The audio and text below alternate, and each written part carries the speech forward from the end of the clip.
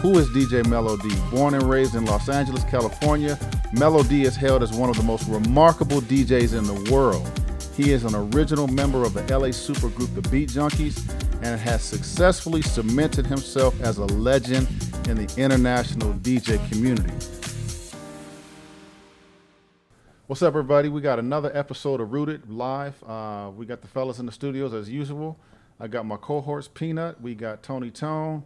And again, we have a very special guest. Actually, all the guests are special, but this one is super special because I picked super dope DJs that I really love. So I'm proud of myself for bringing this dope DJ here. His name is Melo D, and when they're really dope, I use an F-bomb. So this is fucking Melo D of the Beat Junkies. So with that being said, world famous Melo D, what's up, man? Doing good. Welcome to the show, brother. Thank you guys for having me, man. This is great. Happy to have you, man. It's been a while since I've been out to Phoenix, so it's good to be out back out here for something like this. So cool. Thanks for bringing me out. Melo, I'm just going to start with the first question I usually ask, which is it's the origin story. I don't take for granted that people know you already. There are a lot of people who don't know you. We'll kind of get into what your history is, but if you could give us an origin story, like where are you from? How did you become Melo D, quote unquote? You know, where does this whole thing begin? Just, start at the beginning. So going back to like my childhood, like before DJing? Absolutely, man. So yeah, pretty much born and raised out in the West Coast in Los Angeles. I grew up in a suburb called Cerritos, which is technically it's LA County, but basically Cerritos, to give you guys some perspective, it's a suburb about 15 miles south of downtown LA. And so we're basically 15 miles south of the downtown Los Angeles area, and we're 15 miles north of the beaches in Orange County. So we're kind of like right on the dead center of LA and Orange County, but technically we're LA County.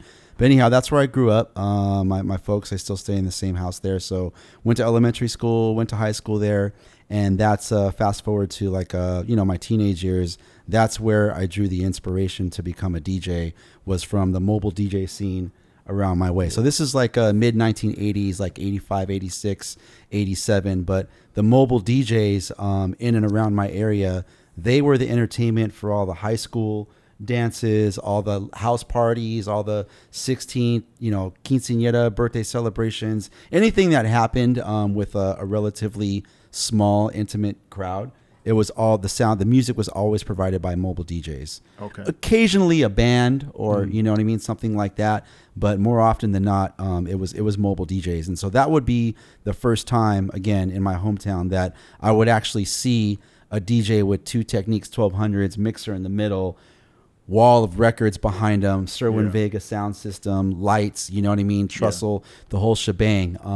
Just rocking a crowd, again, whether it was for 460 people or, 250 high school kids. Okay. So that's where my obsession with DJing really started. But yeah, that's where I'm from, Cerritos, and like I said, born and raised out there. So I watched a video about you saying that I think second or third grade, you went to your friend's house, and his brother had the Techniques, and that was like kind of the seed for you, right? Yes. I mean, even at the time, I was still, the only reason I was kind of able to kind of connect those dots was because this is 83, 84, and one of the first records that my mom actually bought it for me was rest in peace, Malcolm McLaren, Do You Like Scratching? Yeah. So right. Buffalo Gals, world famous Supreme Team, classic, right?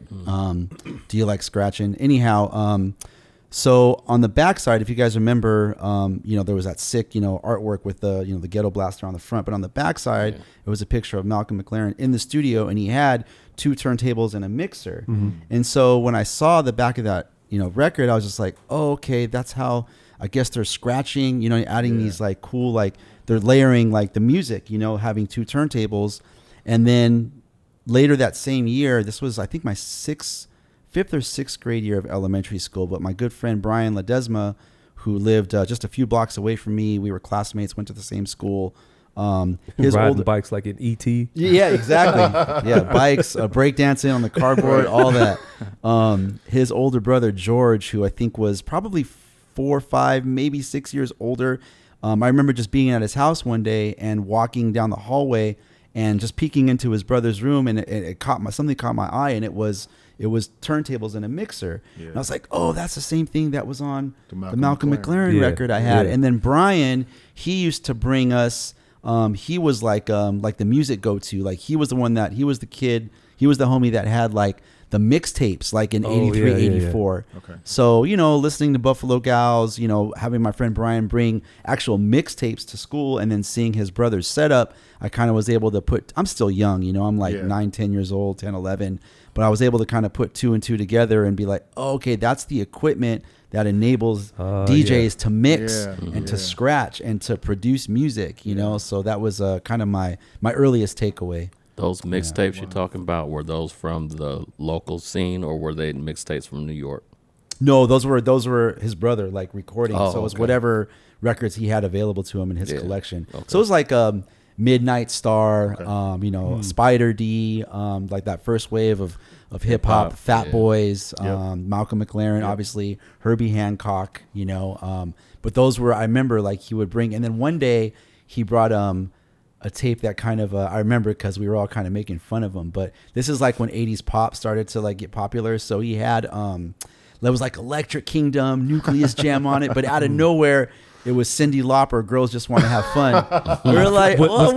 I Feel For You on any of these mixtapes by Shaka Khan? I don't know. I don't remember Shaka Khan. I think that would have that would have been a little more of an acceptable selection. Yeah. Cyndi Lauper, obviously, like classic, right? A big hit, but it just kind of caught us off guard because this was like the 3rd or 4th tape that he had brought. Especially if you've seen the video with Captain Lou Albano. Oh yeah. Captain Lou Albano, yeah, for sure. But that was like the rubber bands and stuff in his face. Yeah, he always had like the ill records on these mixtapes, and this was like the one tape with like literally like the only pop song, like Wow. So that's why I remember that tape. But that's shout out to my homie Brian. He moved out of Cerritos years ago, but that was my first exposure to DJing and Melo. It seems like every DJ's introduction into DJing happens in different ways.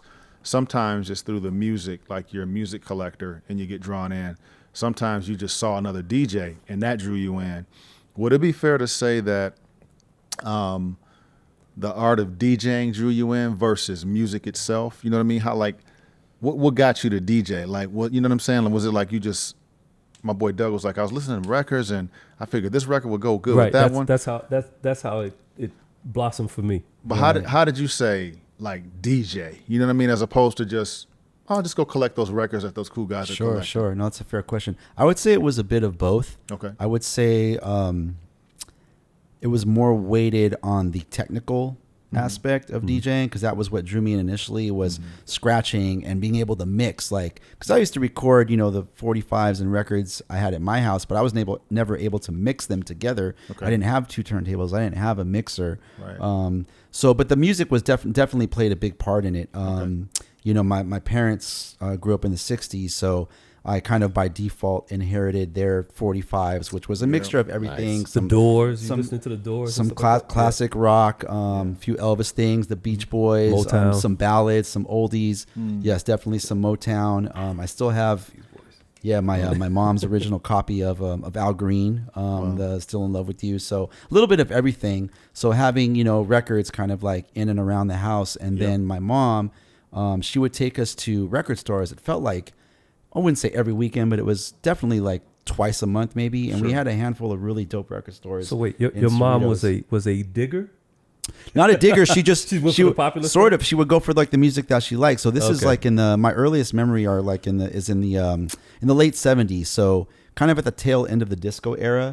So we had this store, the Music Box, which was in Cerritos, and the man that ran it was a disco DJ. You would walk in and he had like 4 buttons unbuttoned, with the Italian hairy chest, with the Italian piece, like with the white blazer. Yeah. But my mom would walk in, and I remember a couple times like she wouldn't know what song it was. It would be like, say for example, Anita Ward, Ring My Bell. Oh yeah. And she would sing it. And he would be like, Donna Summer was on his game. Donna Summer, and then Donna Summer, Bee Gees, of course. But then later in the early mid '80s, when hip hop made its way to the West Coast, this dude had he had some albums, so that's where I got my copy of Malcolm McLaren, my copy of the first Fat Boys album, some of the early Juice Crew stuff with Roxanne Shante, Biz Markie a couple years later.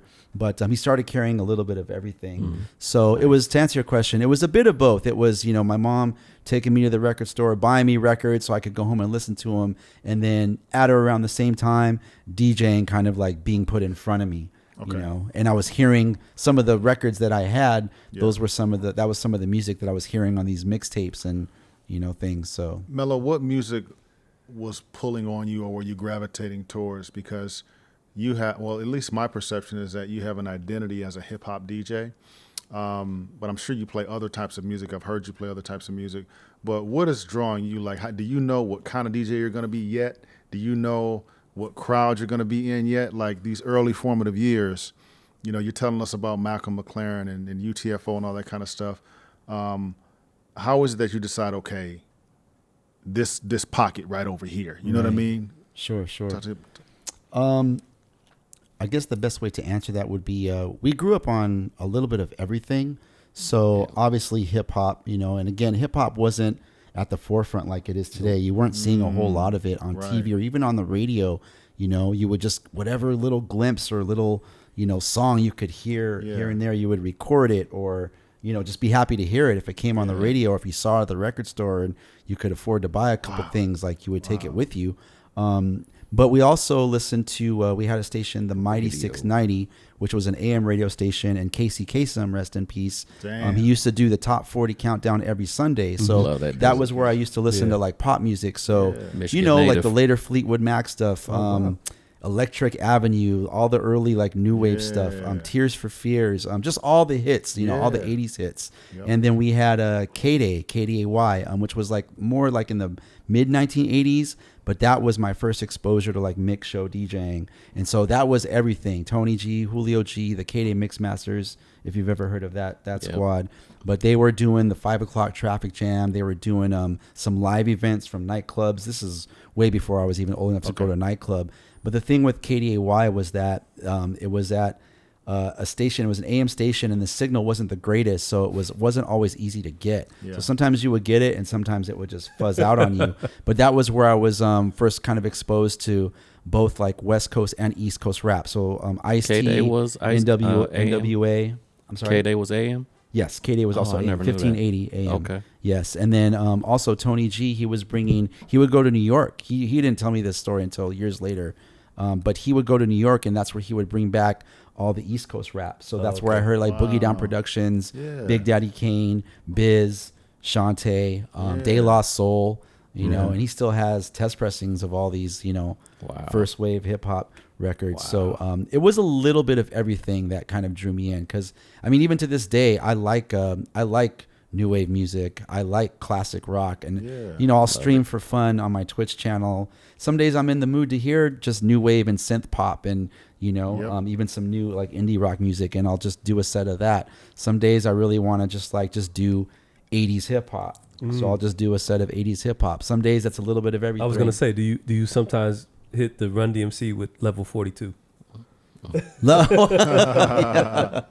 know what I mean? Yeah, a little bit of everything. Sometimes, you know, it's Flock of Seagulls. Yes, all day. Yeah, classic. So I mean, again, it's just that's the music that I grew up on. Again, just kind of like a little bit of everything, like A to Z. You know, all the relevant genres, I guess, that were around when I was younger. The first record you bought with your own money was, do you recall? I do. It was a Nucleus Jam on it. Oh, wow. That was the first 12-inch I ever bought, and it was at a store, Licorice Pizza. I don't know if you guys had a record store, Licorice Pizza, out here. No. But it was in the Cerritos Mall where I grew up. There was a few record stores in the Cerritos Mall, but I remember, because we used to go to, that was another store we used to frequent regularly.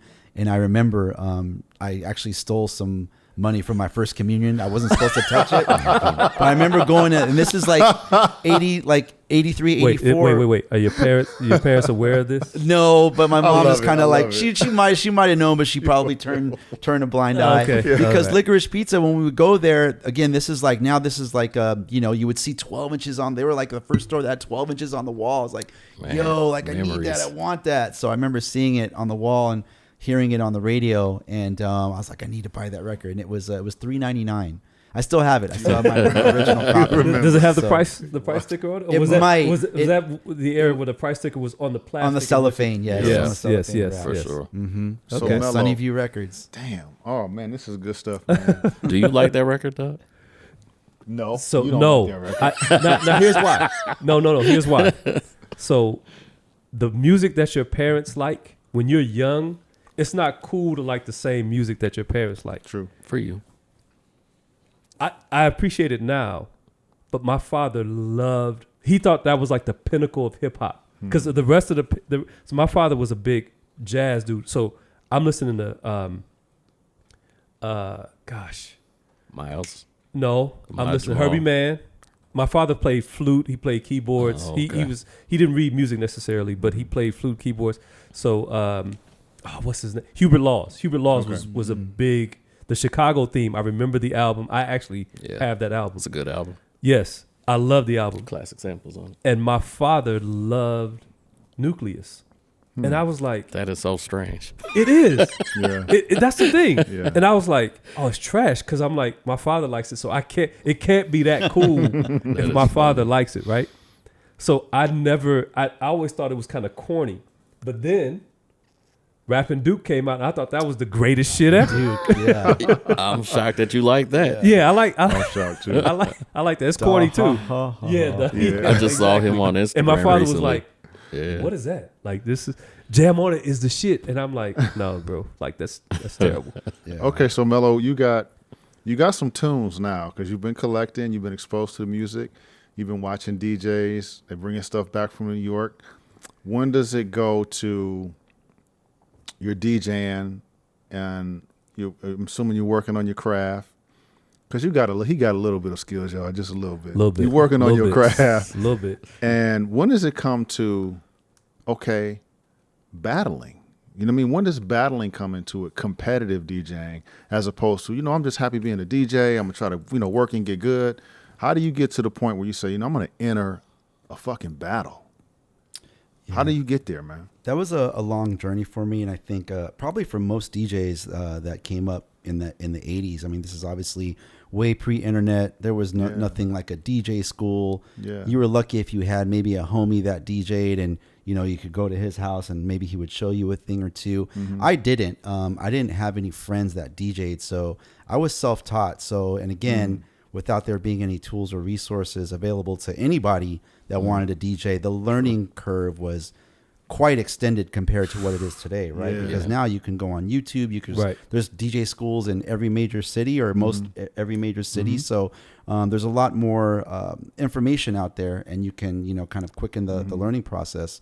But back then, I was I got my first turntable as a gift from Santa Claus in 1987 after begging my parents to There's buy only- me. And equipment's expensive back then. Like Yeah. $500 for one turntable, so it's a G for a pair. Yeah. And then if you wanted like the premium mixer, like which was the Newmark was the one that was probably close to another $1,000 depending on the model. Then the sound system, still got the to eat amp, too. like you're talking like $5,000, $6,000, which is probably the Very equivalent to like expensive. $25K today, something like that.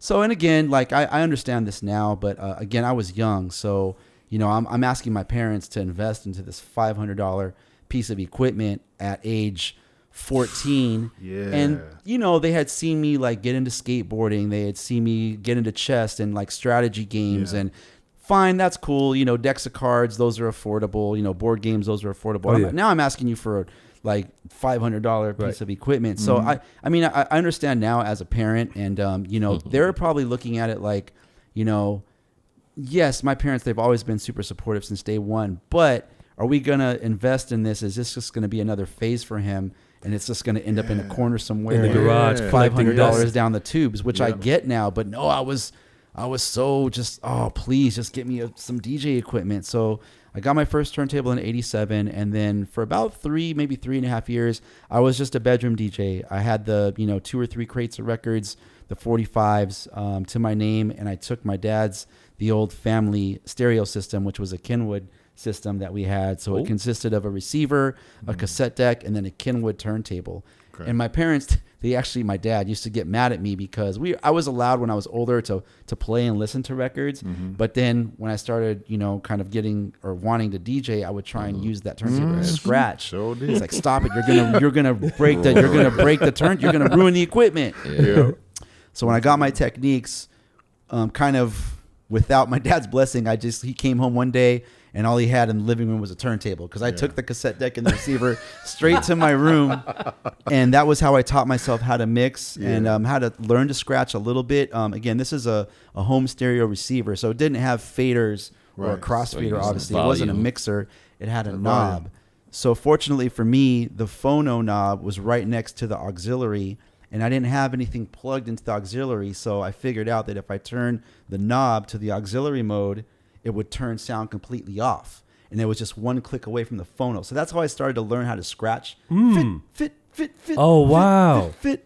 A little bit. Again, this is using a knob. That'll be the only way I could battle Melo and have a chance, is if we go get on something like that. You gotta use We a knob go versus a fader.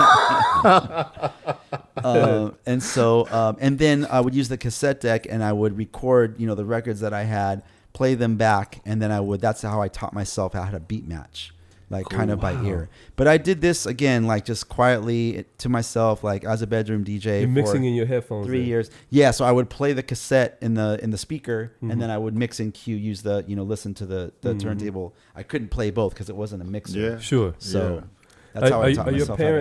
Are your parents like, hey, turn that down kind of thing? Oh man, I have one story that got rest in peace to my pops. So when I started really getting into scratching, and I had a couple scratches I could do, I had 2 copies of It's Time, like probably everybody in this room. So one day my mom's out, my sisters are out, and we had a small house, 1,500 square feet, modest size home in Cerritos. And so, my bedroom was right next to the family room, and so I would keep my window open and the front door would be open, so my dad would be just cooling in the living room watching a ball game or something, and I'd have the music on. Now I had 2 turntables and I had a mixer. This is like 89, 90, and so I'm just going to town on It's Time, and my dad comes in. He didn't even knock, he just opened the door. Turn that down. Use the headphones. That's not even music. I was like, damn.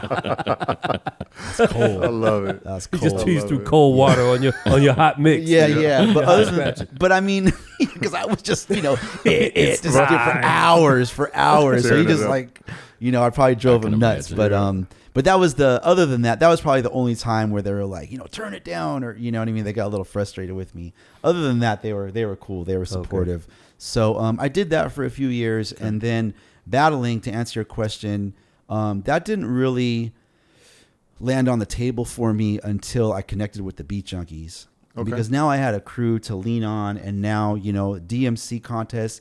Qbert, I just won the 91 DMC. I actually was fortunate enough to get a copy of that battle, and that was a dope video. I still have it. It was Qbert, Steve D, who is another one of my big inspirations. DJ Rectangle was in that battle.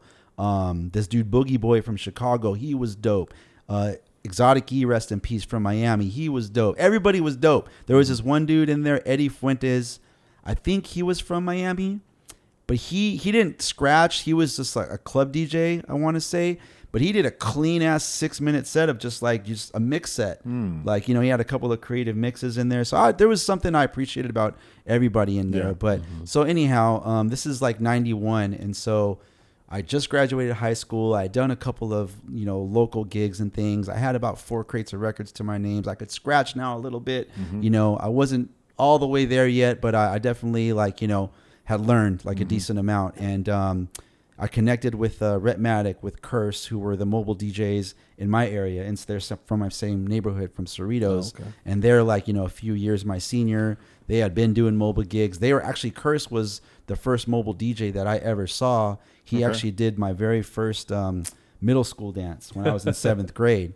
And so he was definitely one of my big inspirations, and he was dope. Curse was, talk about anyone that was bar for bar, being able to do all the cuts that Joe Cooley could do, that Tony G could do, fast transforming, doubles of Its Time, some creative mixing stuff. Yeah. He had, again, the full system. What's his name again? Curse? DJ Curse. He's the original Beat Junkie from Cerritos. I gotta look him up. Aaron, we gotta put him in the B-roll, man. Curse got stories for sure. Right. That's my brother right there. Okay. and Rhett Maddock, another one of my brothers, my Beat Junkie brothers. So, meeting with these guys, finally connecting with them after being a fly on the wall, literally like for a few years, watching them DJ at my high school and at some house parties around the way. Now being able to meet them and being invited to go record shopping with them, or if they had a gig, hey Mello, we're doing this gig, if you want to come by, man, it's going down in Huntington Beach, or they would invite me out, and then they started doing this club. So connecting with them, and then that coinciding with, again, Hubert winning this battle, and kind of that Hubert, if you go back and watch that routine, he pretty much broke the ceiling of where battle DJing was in that routine. Absolutely. I mean, he was the whole 6 minutes is just to this day just mind blowing. It's just he was doing so many innovative things. Like prior to that, there was just respect to all the pioneers, but it was body tricks. It was a lot of fast transforming. A lot of those routines, they weren't polished. They were kind of like, okay, I'm gonna grab 2 copies of Peter Piper. I'm just gonna. I got these 3-4 patterns, and maybe I pull. It was a lot of freestyle, but Hubert's was very, very like just calculated, methodical, super clean, like world class routine. We hadn't seen that shit before. No, and so again, like that happening, me connecting with the Beat Junkies, that there being this big evolution, this big step in the technical side of DJing, and battle, like the early days of turntablism, kind of all was worked out in the timing for me with competing. So my first battle would be in 1992 at a local record store in another city around the way, Whittier, California, which was 15-20 minutes away from where I grew up in Cerritos. But there was this record store, Fast Lane Records, and I had a few friends that were from Whittier, and they told me, oh, you should enter this battle. They're, $50 in records, and, you get the accolade. So I did. I entered that, and I competed with not that many, maybe 3 or 4 other guys, and I ended up winning that one. Were you nervous? Yes, I was. Yeah, because it was the first time I was like, actually had to think some routines out, and I didn't know what kind of equipment I was going to be on, and really? So were you doing parties before this, or did you just jump straight from the bedroom to battles? No, I was. I had done a couple of house parties and like some birthday parties and some high school dances at my high school. Okay. So I probably hadn't done more than a dozen mobile gigs like at this point in '92. Wow. So not that many. So I'm sorry to cut you off, but no, not at all. I heard, I can't remember who it was I was watching, but he was a battle DJ, turntablist, that kind of thing. And what he said was, at the time that like this stuff was kind of in its infancy, you had to be invited. Like you can't just show up and be like, I want to join, I want to get in. I know I can compete with a Cubert. I can compete with this guy, that guy. They were like, yeah, we don't care. If you don't know somebody that is on the inside, you can't get in. Is that how? Is that how it was? I wasn't. I wasn't at too many battles, but I remember talking to like some of my peers like years later. And yes, that's a fair point for sure. Like you had to have a relationship with somebody, or be invited, or someone had to be like vouch for kind of be you. the middle. Exactly. Vouch for you. Yeah, exactly. That's what Rob was exactly. saying. Rob Swift So, was saying. Maybe that's what it was I was thinking about. So so in the East Coast, that's how it was. But there was definitely like pockets of battles and things that happened in LA that were like that I would find out years later. So I ended up winning this battle, and it's kind of a funny story behind it. That's what it was. So it was like $50, might have been $100 in like store credit, so you could grab some records. And then the other part of the prize was far back then. You get to I was really excited about that for sure. But you got to DJ at this another legendary venue in LA called the Variety Arts Center on a Saturday night. You got to go DJ for like 30 minutes. Wow. And so I had never DJ'd like a club. Like, I had done like I said, some smaller house parties and birthday parties and, more intimate spaces. I've never been in a big room, not even been in a big room as a guest. So I'm thinking, okay, I get to go DJ this party. And so to win this battle at the record store, I remember I used Passing Me By, Far Side had just come out. So there was an acapella on the 12-inch, and I did something with that. Onyx, Throw Your Guns. I did something with that, and I couldn't really tell you the other couple records, but I remember those two. So I go to DJ this Saturday night at this club, the Variety Arts Center. And so what do? I'm like, I'm just gonna do my routine. Right. I'm gonna win again. I'm gonna win again. And so I walk into. He said, We should all take. Right. That's Cheers, right. fellas. Cheers, man. I'm out. That's We already know what's That's gonna all happen. That's all right. That's all right. Cheers. So I was like, okay, Variety Arts Center. It's in downtown LA. So I drive out there, and right away there's like just a massive line around the corner. I was like, well, there's a lot of people here. Cool. So I walk inside, and the floor that I'm DJing on is at the very top. It's a 4-story building. So I get in an elevator. I go up top. Elevator opens, and it's packed. There's like probably 800, 900, maybe 1,000 people, and it's the Latin scene. It's a Latin scene, and they're playing high energy music. Ooh, wow. And it's popping. Oh no! Super popping. It sounds like a catastrophe. Super popping. You thinking that routine is probably not gonna go down? So this is 92. So this is these are the records I brought. Got my record bag. So Right. No the guy, it Cerritos. might have been the one the 92. DJ from That's like No expose. Cerritos. No, that's even. No. That's No, even, this is after that. So this Yeah, is yeah, like yeah, that yeah. first wave of like, house music, kind of like the underground Oh era. yes.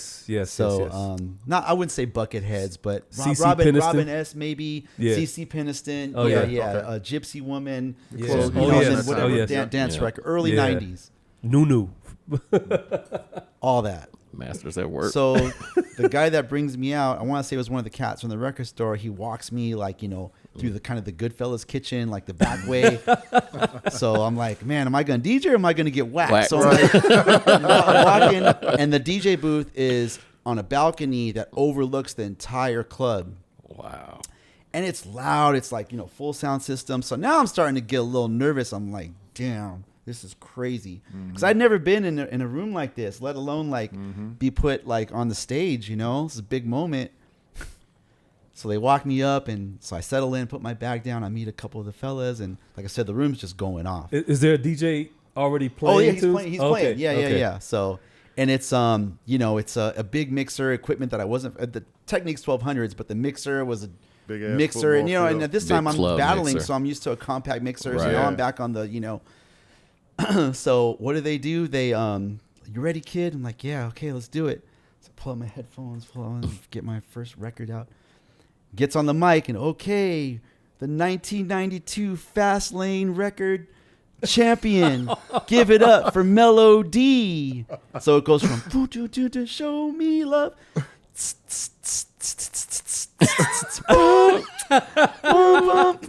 Now in my younger days, Within that first verse, dance Moses, floor. Moses partner Red Dance floor Sea. was a wrap. I love it. So I think I lasted maybe 10, 12 minutes.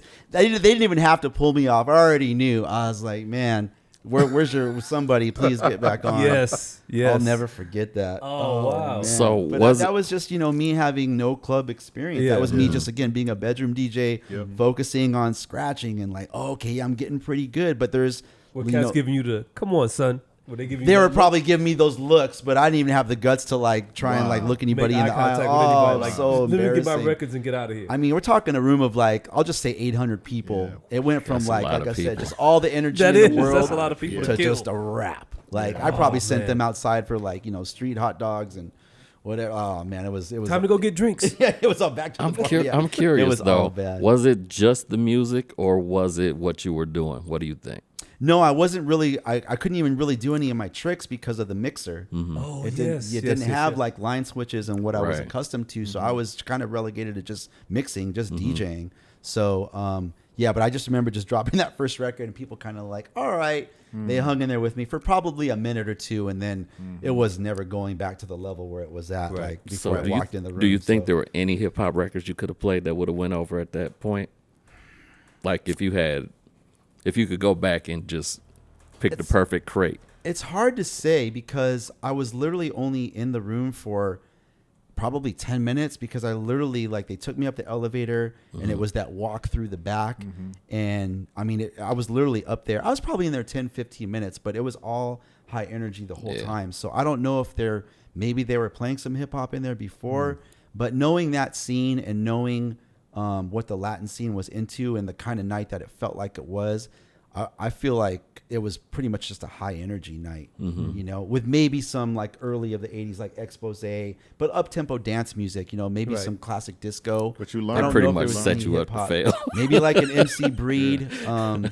Yeah. You learn but, though, man. Do That's you learn. do you after that, if you go to a club, are you asking now like, okay, what is the feel of the crowd, or you just say, look, I not because you're that dope. I'm just saying, if you invite me, this is how I play. Is that how you approach it from that point on, or do you actually ask? Sure. I don't do clubs anymore, but when I did, I would just ask what the music format was. Okay. So that just to kind of give me a sense of, you know, What is you it need to bring. top Yeah. 40 or Okay. So you got us to that first club experience from you won that first battle. Fast forward us a little bit to I want to know about the formation of the Beat Junkies, because you talked Yeah, I about was you wondering and about that Redmatic, but we don't know how this whole thing is developing into a crew, you know, and I want to hear about that. Sure. So Redmatic, Curse, again, those were kind of like they were kind of leading the way in terms of like the mobile DJ scene around my way. And then not too much further, down in Orange County, probably 10 miles south of where we grew up in Cerritos, was J-Rock. And J-Rock was doing basically the same thing. He was running like, you know, the Huntington Beach area, his neighborhood. He grew up in Westminster. And so he was doing clubs and mobile gigs. And so eventually J-Rock crossed paths with Redmatic and with Curse. I couldn't tell you what club, that's their story to tell. But they started like running into each other. And then through me knowing Curse and Rhett, I would, you know, they would invite me out. So I would see the three of them DJ together. Eventually they invited me, oh, Melo, you're here every week at the club. Bring some records next time. Curse told me that. So I did. So that was the first time I got to DJ with J-Rock, Redmatic, Curse. There used to be this really dope club that Curse and Redmatic's crews, they would combine mobile DJ crews under the name United Kingdom. So United Kingdom was like 4 mobile crews, like a Voltron of mobile crews. And they would throw this club called Spice in Hollywood. Dope For you club. youngsters out there, Voltron is a classic cartoon. Let them know. Yep. So they threw this really dope night every Thursday called Spice.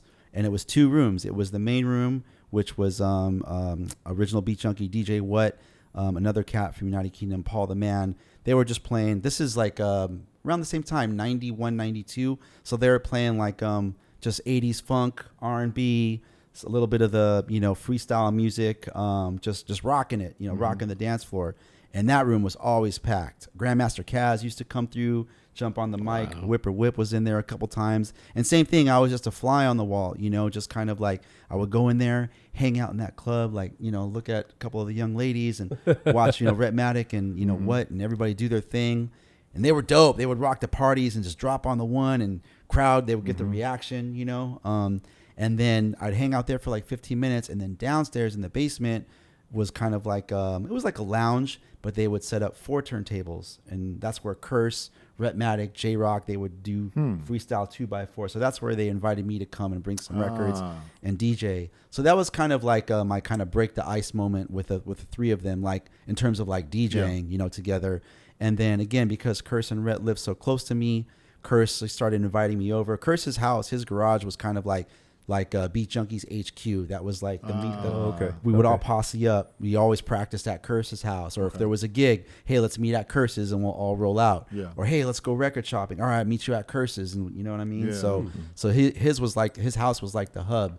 So you know, just through DJing being the common denominator and us just kind of becoming friends, you know, and going out to support each other's events. J-Rock one day was just like, man, we hang out all the time. We're all starting to DJ together. We like the same music. We shop at the same stores. Like we kick it like once, twice, 3 times a week. We are at Curse's. Let's start a crew. Because J-Rock always wanted to have a crew. Okay. And we're like, yeah, let's start a crew. What are we going to call ourselves? He's like, the Beat Junkies. So that was more J-Rock's vision. He always wanted to have a crew. And he's told the story and he shared it with us. But he grew up, the area he grew up in, he was never part of a crew, but there was other crews kind of similar to me that inspired him to DJ. So he always wanted to have a crew of his own. So now, you know, we all become friends together. And so he was like, let's start a crew. So that's how the Beat Junkies was born. Man, so the members of Beat Junkie are? Originally 13. So J-Rock, Shit. Redmatic, Holy shit. Curse, myself, It's like Cameo. Yeah. It was like 15 of them. And Commodores. Damn. Yeah, oh yeah. Commodores too, yeah. So yes, Curse, Rhetmatic, J-Rock, myself, Icy Ice, DJ What, Icy Ice's younger sister, Symphony, Babu, D-Styles, Shortcut, Mr. Chalk, Tommy Gunn, and DJ Havoc. Wow. Oh wow. I did That's not pretty know good, it was man. that Yeah, big. Damn, yeah. you Pretty got good them for all all. that. Yeah.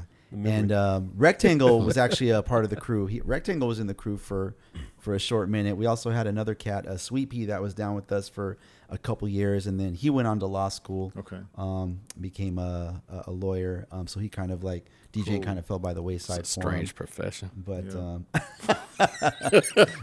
but we're all still proud to say we're still crew, and we're still dear friends to this day. That's That's dope. awesome. What's your proudest? What is a Beat Junkies proudest, or one of your proudest moments? Because you guys competed.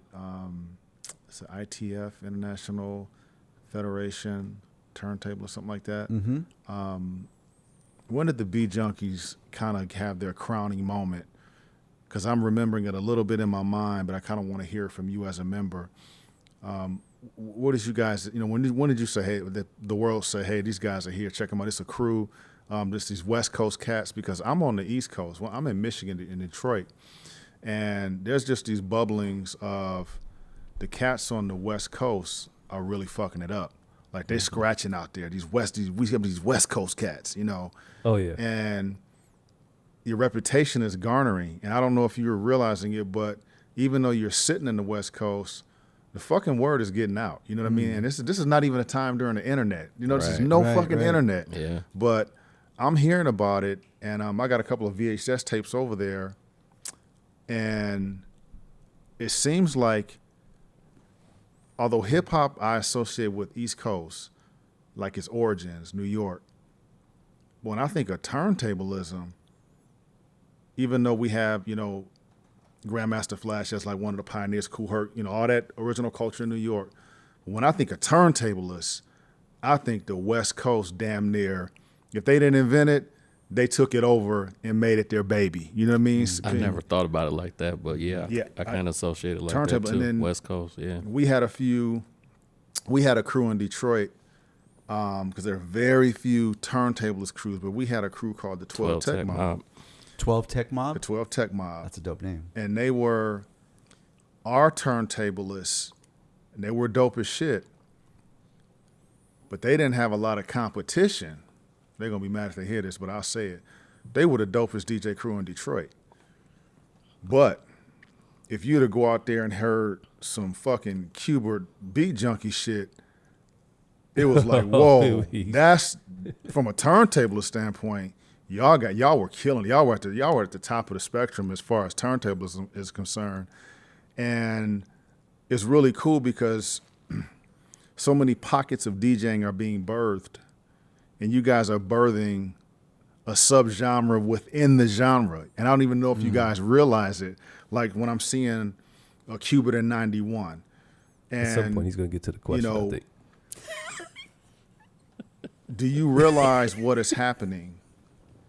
No, I didn't. While think it's happening. You know what I mean? No, not at all. No, that's a fair question.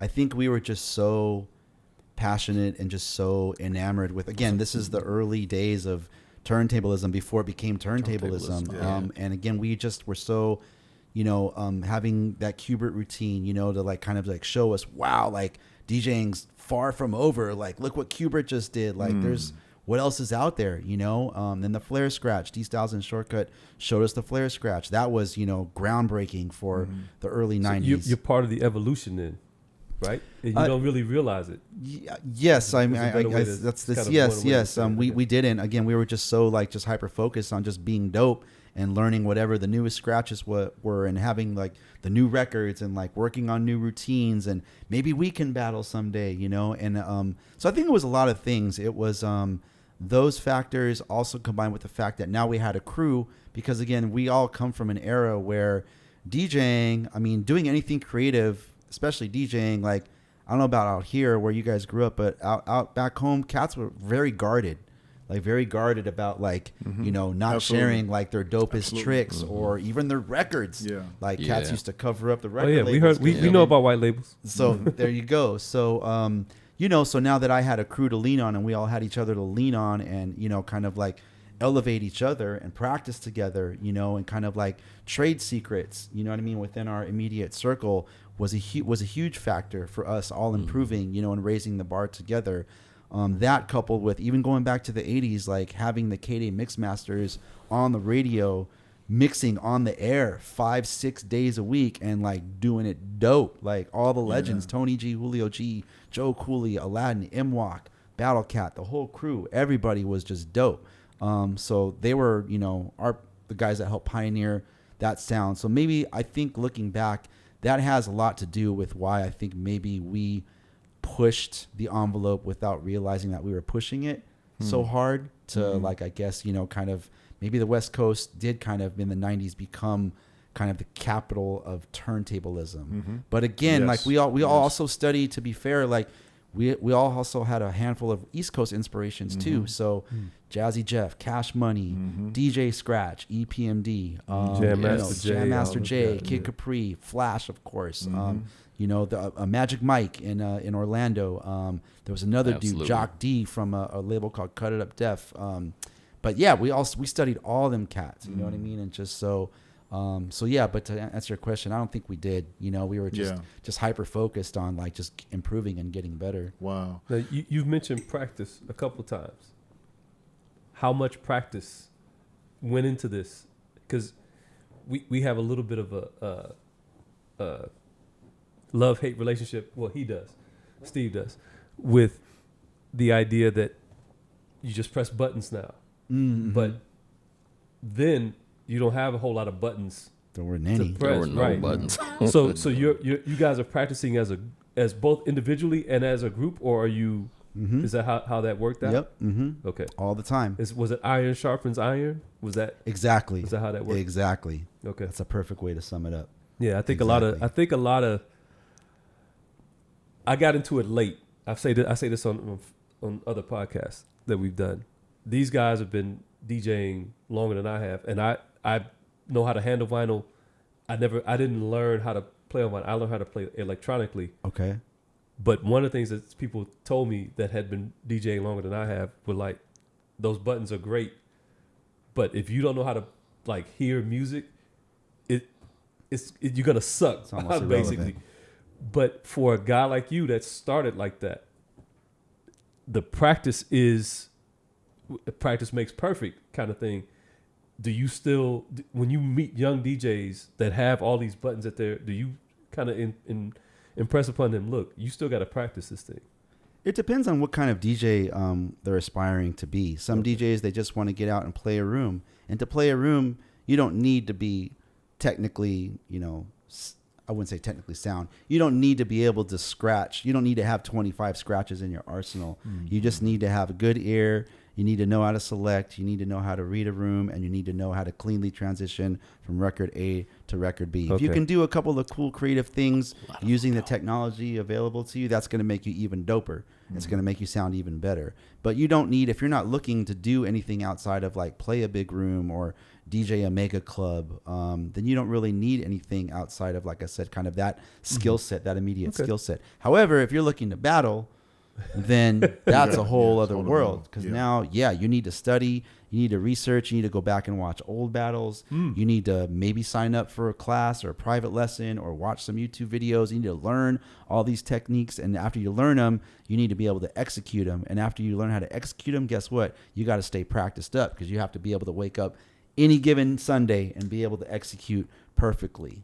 You need to have routines under your belt, and to create routines takes hours upon hours upon hours. And then when you're talking about competing in a contest like the DMC, where you have this 6-minute time frame, not 6:01, not 6:03, you got a dead 6 minutes. Like, you need to sit there at home, you need to flush out, okay, these are my 4 best routines. Then you got to sit there with a stopwatch, you got to time yourself, and you got to trim the fat, because you want to get it's a lot. Yeah. So it real again, my answer. I'm saying all this to say that it depends on what your focus is, like what your goals are. That's fair. And DJing, the spectrum now, the range, it's so wide. There's so many different kinds of DJing, you know, and there's so many there's different audiences for every kind of DJ, which I think is cool, you know, because at the end of the day, it's only bringing DJing to the forefront, you know, Steve, more you listening? than it was before. And And it's like anything else, you know, there's going to be good DJs, there's going to be great, phenomenal DJs, and there's going to be not so great / terrible DJs. But it's like anything else. There's good ball players. There's ball players that just don't make the cut. You know what I mean? But I think it really comes down to how passionate each individual is. And again, what their focus is, and them acknowledging, okay, these are my aspirations. I want to do this. I want to DJ this style of, you know what I'm saying? Sure. Like this kind of night, or I want to compete, or I want to make beats and be able to scratch a little bit. I mean, it's wide open. Mello, so. I want to talk to you. You just made me realize something, like, even though we're in different worlds, different coasts, living in different areas, I think we're experiencing a lot of the same things, just hundreds and thousands of miles apart from one another. So I'm sitting here smiling like, damn, I was at the record store too. Damn, I was trying to be a part of a crew too. Damn, like I'm doing that. But explain to me, because I like to hear a different perspective, how do you age as a DJ, right? Because we're older now. Like, we're on the other side of 50. You know, we have families, we have responsibilities. But I know you still love DJing. I know you still like it when you hear something you execute and you're like, fuck, I got it. You know, like, I know you have that because I see it in you when I watch your clips DJing. But how do you navigate, you know, less gigs? I used to be known. I got a whole generation don't know me from Adam. I'm in a new city. Right. They don't know I used to be so-and-so. I'm irrelevant. How do I get relevant? Damn, I got to have some clicks and some likes. So how does Mello, you know, age as a DJ? You know what I mean? Do you get disgruntled? Do you get bitter? Are you like, oh, well, it is what it is, you know? How do you age, man? I don't even know if there's a proper answer, but I just want to hear you talk about that. I think I understand your question. You know, for me, I think it's to touch on what you said earlier. I do. I still love DJing very much. I think I'm more in love with the craft and the art more now than I've ever been.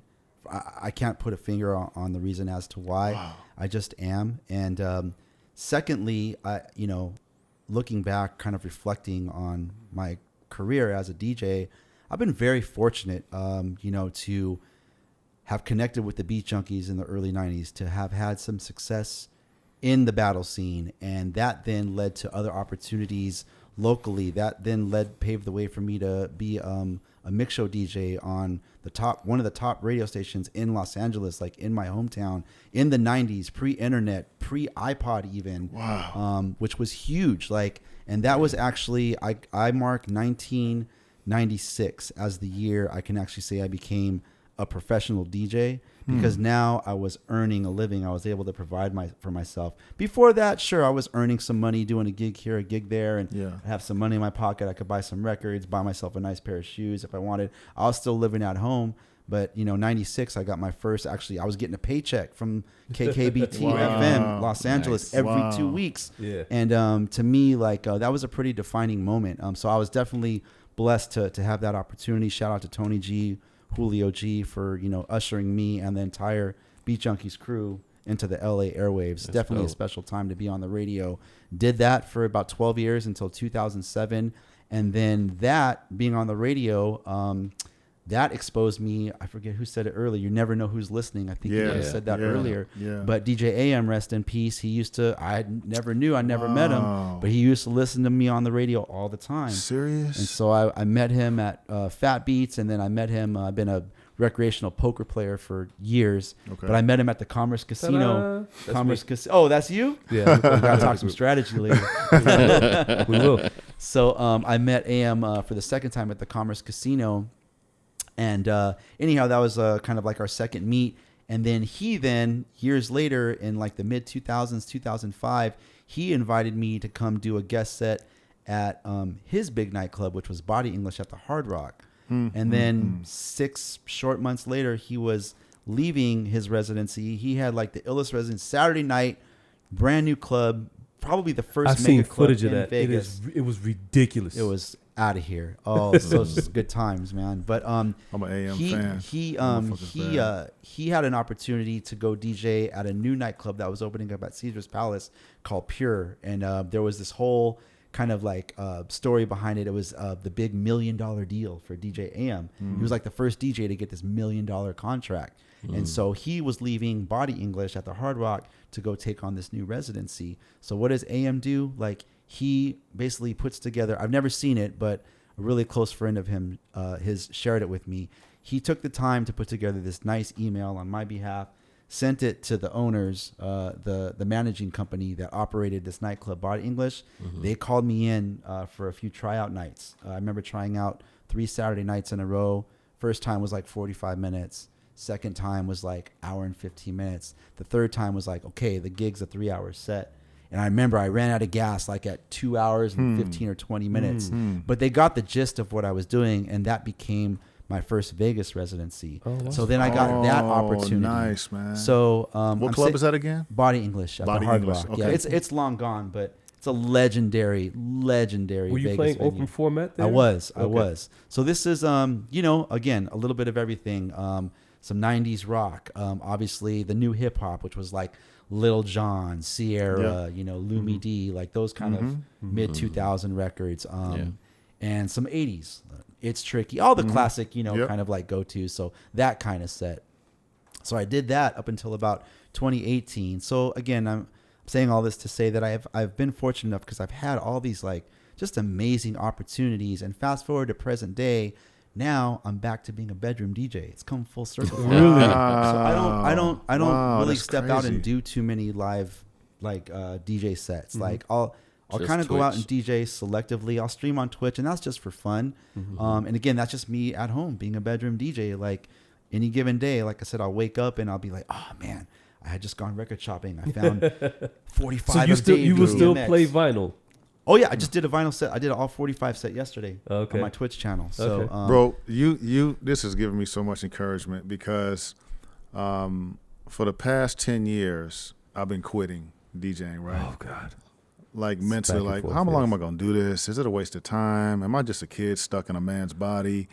Am I aged? Am I aged The answer out? is yes to that's all a those good questions. thing though. We all are. Yeah, and so I never quit though, right? Even though I come close to it, I miss it. I always miss it. When I'm at work, I want to come home and turn this thing. I haven't turned my gear on in a couple of weeks.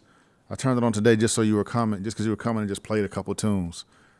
And I'm like, damn, I got to make a mix, Yeah. And so hearing you say this full circle from, hey, I'm giving you the recommendation, playing in a Vegas club, making money, and now for Melo D to say, I'm a bedroom DJ again, right? And that's where we started, is in the bedroom. Yeah. Like this thing originated in the bedroom. I just wanted to be sweet because I saw some DJ being sweet. So I went to the bedroom. I wasn't thinking about club, mix show, radio, Impact 89. I wasn't thinking about all this crazy shit that just happened. And when I see you on IG or Twitch, I'm like, okay, well, he ain't in the club right now. He's got to be at home. I think he's at home because I see the same. That's his records behind him. I think that's Melo's house. That's the crib. I you know what I mean? And I couldn't be a studio because he either drives to the studio to do this, but I think that's his house because he probably got a lot of records. He's been collecting long as I have. I said, damn, this motherfucker won't quit. Right? So it just inspires me because, like we're the same age, and when your colleagues still do something, it's cool. But like when all your family start passing away, or if all the guys you grew up with no longer do it, you're like, I guess I'm hanging it up with. They hung it up. Well, shit, I'm 52. I'm hanging up for. I don't want to be out here with these kids. You know what I mean? Right. I'm not trying to play for 19-year-olds anymore.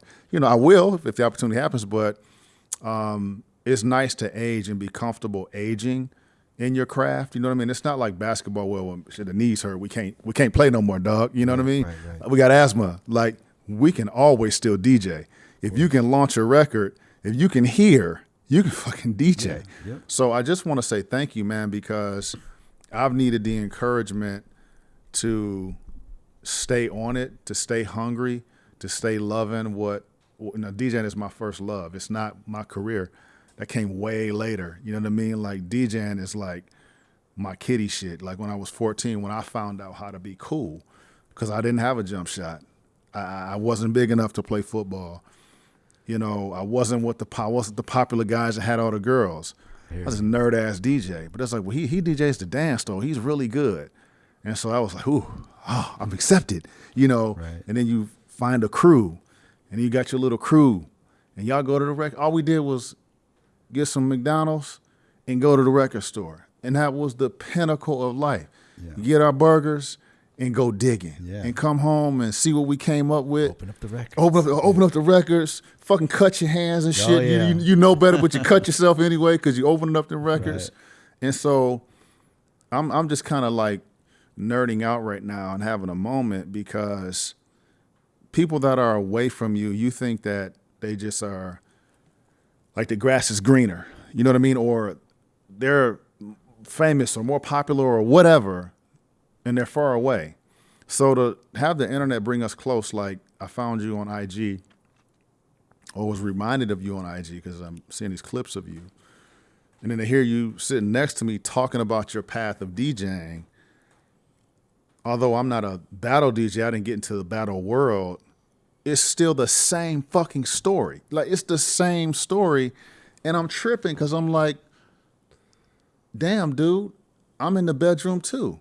And I'm glad I didn't quit. You know what I mean? And so it's just really inspiring that you still have a love for it. Like I didn't expect you to say, I still love this. Like it's still dope. You know what I mean? So I think, knock on wood, I'm never quitting because I never get tired of hearing good music. Like that never gets old. Like how does that get old? I don't want to hear no more. Like, you know what I mean? If you love music, I don't think it ever gets old. Right? Yeah. And ultimately, I think when you say you DJ, that's the part, that's the instrument that we use. We use our hands and ears to convey what it is we like in part. And yes, of course, what the people we're playing for like too. So I think that never gets old. It's just whether or not you want to stand in front of the decks or if you just want to hear a Spotify playlist. Right. I mean, it's hard. I mean, don't get me wrong. I mean, there's some days where I just there's life stuff going on. Sure. Where I just don't feel like it. Like it's just sometimes, you guys know we're all older, so sometimes life gets overwhelming, right? And that for me personally tends to interfere with my creative energy. Yes. So I don't like to force DJing. I don't like to, because then it starts to feel like work, you know? Yeah. So I'll just leave it alone. Like I don't practice every day. Right. I'm on the decks like a good 4 or 5 days a week, you know? And sometimes maybe a week passes because I'm out of town or, you know, my family and I take a vacation and I don't have turntables in front of me. And then sometimes, like I said, I just, you know, I'm going through something personally where it's just like, my mind's somewhere else. I can't, you know, I don't have, you know, the mindset to just be thinking freely about DJing or scratch flow. But it's hard to say like you would ever quit because I can tell that I think all of us, like, you know, we're kindred spirits in the sense that we all love music. We all appreciate, you know, the art form, appreciate the craft. So maybe some days we don't get a chance to, or some days we don't feel like it. But the second we say that, I quit, man, I'm over it. Mark my words, you're going to be driving. Tony Tone's gonna check out this mix and be like, damn, that's dope. I want to make something. You know what I mean? Or you know what I'm saying, Peanut? Like you're gonna hear something, you're gonna see something that's gonna re-inspire you all over again. You'd be like, no, I love this, man. Like, you know, and I think that's okay. I think that's just, you know, us being human. You know, like just, you know, we're emotional creatures. So can I ask you, Melo? I don't know if it's can I get a couple? Yeah. You're super excited. So Go ahead. a lot of questions. It's cool. I want to know, as being an open format DJ, do you ever run into qualms with playing commercial music, or do you have like commercial music that you really like, or does that bother you at all? I don't I don't go out and DJ. I DJ selectively now, like when I go do live sets. So like what we have going on this weekend, like a record store where I'm just going to come in, pop in 30 minutes of me just doing me or whatever I feel like doing, you know what I mean? Or presenting to the audience. I'll do stuff like that. I'll do smaller venues, mostly like bars, lounges where the musical range is not confined to like a top 40 set, Right. and I have to be up on my commercial music. I can play the music that we grew up on. I can play if there's any new music that I think is dope. You know what I mean? There's no dance floor pressure for me. It's Right. just people enjoying Okay. appetizers, cocktails, each other's company. So I can just run the gamut. So I actually, What do you prefer? I prefer Big those rooms? environments. No, Okay. I do miss the big room, but that's the reason I retired from Vegas. Because, well, there's a couple reasons, but reason number one was the landscape started to change a lot, and also music started to come at you so much faster. Yeah. Oh, So much it's faster. hard to keep up, man. Impossible to keep up. Yeah. Yeah. And so I was actually 2016, I think. I was playing opposite of Calvin Harris at my last residency I had in Vegas was with a Hakkasan group, and I was with them for maybe 4.5 years, about 4 years. And so I was rotating between one of their classic venues, Hakkasan, which is at MGM Grand, and then they opened a brand new nightclub, which I believe is still there, called Omnia. Beautiful club. Had 2 rooms, but the main room was always the electronic room. So they would book all the big electronic DJs, you know, Right. Aoki, Tiesto, Yeah. you know, Yeah. that whole, you know, chapter. And then I was always in the open format room, which was called the Heart of Omnia. That still was a good sized room. It was 1,200 people, and it had a patio. Wow. So I was doing a 2-hour set there, you know, every other week during peak season, which is, you know, spring to Labor Day, and playing opposite of Calvin Harris. So the club would get packed because Calvin Harris, prior to this residency he would never set foot in a nightclub. He only did festivals. So this was a huge deal because okay. this was the first time you could see Calvin Harris in a nightclub. So it used to get packed. And so I kind of just grew tired of being relegated to the top 40. I mean, if I had a set list of 300 songs I could work with, just, you know, for argument's sake, you can only mix those songs so many different ways. I would try and have fun creatively and do some things with like acapellas or like some Right. live blends, or, you know, kind of like do my own If you would have had stems back bootlegs. then. Right. I would have like, yeah. And Kids want to hit a beat drop. yeah, I just kind of grew tired of just like, again, just being relegated to this playlist of top 40 music, you know. But, you know, to be fair, you get a room of 1,200 people or 1,000 people, and you get the room going, and the energy is It's a like through rush. the roof. Like it is, It man. is There's a nothing rush. like I miss that. Yeah. Like I miss those nights. I miss, like, you know, kind of trying to have fun. It was a challenge for me to kind of like, okay, this is music, it's top 40, but how can I present it, you know, Beat Junkie style, Right. like my style, as opposed to just going from record Banger A to to record banger to B. banger. So that was the fun for me in it. And then again, going back to the actual music, like once it came to a point where people had their own YouTube channel and then their own SoundCloud, and there was music coming out that way, you know what I mean? Just Yeah. like, do you have this? Do you have this? And then I would talk to DJ friends.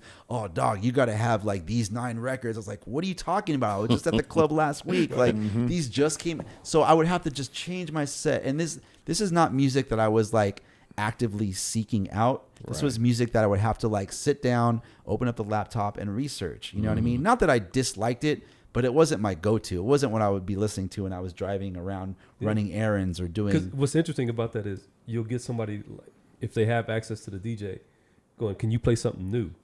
And you're like, I just got this last week. What are you talking? Because you haven't heard it. It's Yeah, not yeah, new yeah. to you. Yeah, right. But because they're listening, like you said, they listen to SoundCloud. Maybe Right. you go to Bandcamp, and they're listening to something completely different. Yeah, But this is what they want to hear. And you're Right. like, right. dude, I just got these tracks last week. Yeah. What do you mean? Exactly. New. Like this is The 6 days copyright old. on these is 2024. yeah, exactly. Exactly. But to answer your question, no, I never had a problem with playing commercial music, but now I would be very, very hard pressed to go back to, you know, a market like Vegas and play. I would be just completely lost. Like I would have to man, I would have to couldn't. like do my homework for like a solid month. And I feel you know, so comfortable I haven't right downloaded a new song in years, like a new pop song, like a new commercial record, Yeah. you know, or rap record. in Follow that up. years. Can you give me 3 to 5 songs that you absolutely hated playing, but you played them anyway?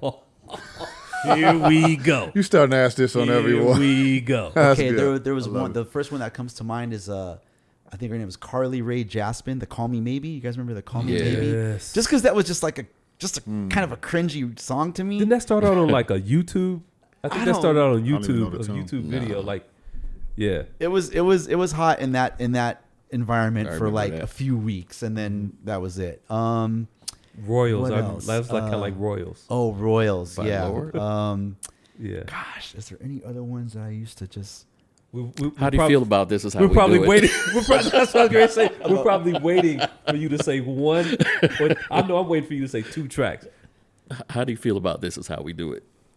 Oh, yeah. I mean, That's probably your homie, classic, though. classic record, record, right? classic. But kind of played out, but Kinda. never failed. Never failed. Never No. failed. Never failed. Not once. I would agree with that. Yeah. I don't know about now. This is again No, 6, no, 7 you can years still ago. do it. No, it's still the same. You can still do it. Yeah. And I used to, it kind of became a show bit for me. So every time I would do, and I was never really heavy mic presence. I would kind of jump in like, You weren't a mic guy. not I really. never heard you Like on a mic, man. I kind of learned to adapt, like Yeah. being in those rooms, Mm-hmm. but I would still kind of like pick my spots.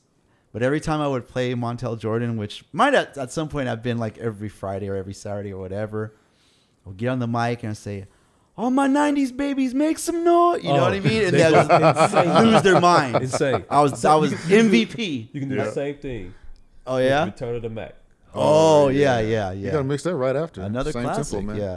Yeah. So Steve is going to punish me Yeah. by I tease you doing about that. What was the other one? You said you're going to punish me for like you're going to make that and those 2 records and another I one. can't remember what the third I don't one remember is. what the third one was. In the group chat, he was like, "Yeah, I'm gonna do a mix for you." I'm like, "Dude, don't do me, don't do me that favor. Don't do me that favor." Melo, tell us about just a little. Actually, I want to know, for Steve's sake, what is your relationship with technology? Steve Ooh, has a shit. serious love-hate Yeah. relationship with it because it's where we are. But Right. how do you? Because it seems to me when even some of the old footage I saw, you're adept at the rain without a tone arm. I mean a tone arm. Twitch. Phase. 12s. Phase. Yeah, with the 12s. And going back to vinyl and 45s, how did you just say, okay, this is where DJing is? So I don't want to lug 8 crates of records or whatever, 1 crate of record at this point. Is that how you looked at it, or? Well, I think with Cerrito having become, Cerrito's been like kind of the industry standard for about 20 years now. When did that come into the scene? Like 2005? Yeah. So that being the standard, yes, at this point we all use a laptop, but I still think of my approach to DJing as I still use a traditional DJ setup. I still use 2 decks, 2 Technics 1200s and a mixer. I think the only thing that's changed for me over the course of the years in terms of technology is the mixer. I tried experimenting with the Rain 12s. I gave them a fair shot. I think for about 4 months, I actually unhooked my turntables and I just worked on the Rain 12s. And I recorded, some videos and mixes, and Yeah, I saw I could never get used to them. Really? I just couldn't get used to them. And they were okay, but at one point, after a few weeks, I remember just be like, nah, these aren't for me. And I told myself, nah, Mello, give them a fair shot. You know what I mean? Like spend a little, give it at least 3 months, record a little more, practice a little more. But it actually came to a point where I never saw myself, if I had a gig, would I take these to the gig and use them? Probably not. I probably prefer turntables. Let me I went expound back a little bit. I went back to turntables. And He's talking about my love-hate relationship with technology. So I had to. Technology was forced on me. I didn't accept it. I said, "Fuck it, I can't win." I gave up. Right? What form of technology? What? He was strictly vinyl. I'm explaining it. So I was a vinyl DJ from the jump. All the way through my biggest club nights, my biggest club residencies, I was vinyl.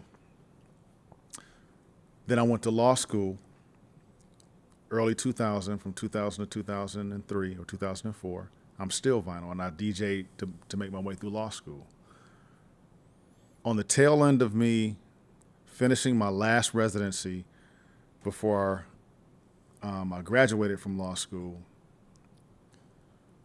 the CDJ came out. and there was this DJ that brought the CDJ into the club. We didn't know what it was. It looked sweet. He plugged it in, and he turned it on, and all I know is he had all his tunes on the CDJ, and this was the time where he would put a CD in, right? Yeah. Throw it in. So he threw it in, and he explained it right there. It's like, hey man, the tunes are here just like a CD, and then you can manipulate it. There's a jog wheel on top, and you can move it. And it was like, wow, right? And I immediately had a purist reaction to it. Trash. I was like, this shit is trash. You suck on vinyl. And you're trying to find a way to not suck. To not suck. And this is going to help you not suck. But you're going to suck on this, and I'm going to show you how bad I'm going to embarrass you with my vinyl versus your CDJ. So that was my introduction into technology. Was he truly like not a good DJ though? He was a good club DJ and gave the club what the club wanted. But I was coming from I was a street DJ that got into the club. Right. And so he would have never met my standard of what you should be. Sure. I was on some other shit. I was not mature at the time. Still not. But I'm glad you said he brought the CDJs in, and I saw it as an assault on vinyl. I just didn't want vinyl to go away. It was my baby because I had everything. Same. And I prided myself on, because back in our day, we'll fuck you up with tunes. Like, because to be a DJ back in the day, you had to have the tunes. The record, yeah. Right. You could have the skills all you want. You got to have some tunes. Yeah. If you ain't got no tunes, we not going to hear what you're going to be able to do, because you physically got to have the tune. Right. And there's no hard drive. There's no USB stick. Yep. There's no CD to slide in. So the collectors were the kings. Mm-hmm. The dudes with the dopest record collection. Yeah. And so I spent my years having a dope record collection, because my heroes and mentors had dope record collections. My boy Rick Wilhite, he had the dopest disco. Word. You couldn't fuck with. He pull out a classic you ain't never heard of, and it wasn't no stand. It wasn't no Anita Baker, Ring My Bell. It was some rare shit. Anita Ward. Drop it on you. Yeah. I feel it. So I saw technology come in. They say, hey, Mr. Steve Crawford, your record collection is obsolete now. We got the whole thing on little stuff. Mm-hmm. So I started seeing. You can put Anita Ward, Peter Brown, and Donna Summer all on one disc. So I saw people getting access to DJing because now they have the tunes. The vinyl and the turntable eliminated a lot of people from DJing, and DJing used to be this little exclusive club with a cooler, because you had to have effort. You had to walk to the record store or get a ride to the record store, save your lunch money, not eat to buy some tunes. So I'm hungry, but I got my tunes. Right. I found that rare such and such. I got a double of Al and the Fish, right? But I don't have my ain't got a backpack, but got holes in it. But I got my dope. I had to buy 2 copies. Right, I got the heat. So I come from that culture. And so I saw a box come into the club where this dude could now slide in all my shit. And so I got, ooh, damn. I don't need that box. I got my heat. Then I slowly saw it become the standard. Yeah. Where turntables were pulled out of the club. Right. I was like, motherfucker, I can't even bring my heat. Yeah. They don't even have a turn. You got to request a turntable. Yeah. Or I got to bring my tables. Yeah. I said, fuck. So in Detroit, all the clubs that I were going to, everything switching over to, they got CDJs. Mm-hmm. I said, well, luckily, I'm in law school. I'm not going to be a DJ no more. Right. I'm cool. So y'all do your technology thing. Right. But I can't give up DJing, Melo. I'm still spinning. I'm still collecting. I'm still ordering records. The record stores are closing. I'm ordering online. I'm ordering on gym.com. I'm ordering on all the sites now. Now I'm getting the tunes mailed to me. Yeah. Because I'm a DJ, so just in case I get back into it, I'm going to have some tunes.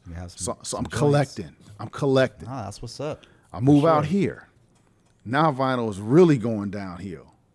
But I'm holding on, bro. Yeah. Now, they don't do the slide-in CDs. Now everybody got it on a stick. Now to come to a party, a DJ got a headphones and a USB stick. I said, what the fuck? They not even bringing nothing. Yeah. They got a stick that's the size of my pinky finger. Yeah. You mean you can have a stick in your pocket and go play everywhere in it? It got the whole collection. And I'm looking. Right. I got my, there go crates right there. Not even I still got my crates, right? Right. So I said, okay, fuck it. When in Rome, do as Romans. So I bought technology. I got CDJs. I got my sticks. I got my USB. I got my hard drive. I got my computer. I got all of that shit. Don't touch it. I'm not in Vegas. I'm not at a residency. I don't necessarily need it because I'm not doing big performances. I'm not out there in the scene as an active DJ. I'm an occasional DJ when there's a special event.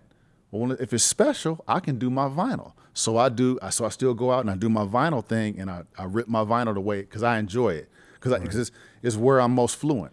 I like touching something. I like it moving. It's got to be moving because that's, I'm kept moving. Same. Even with the controllers, they got the ones that don't move. Mine got to move. Yeah.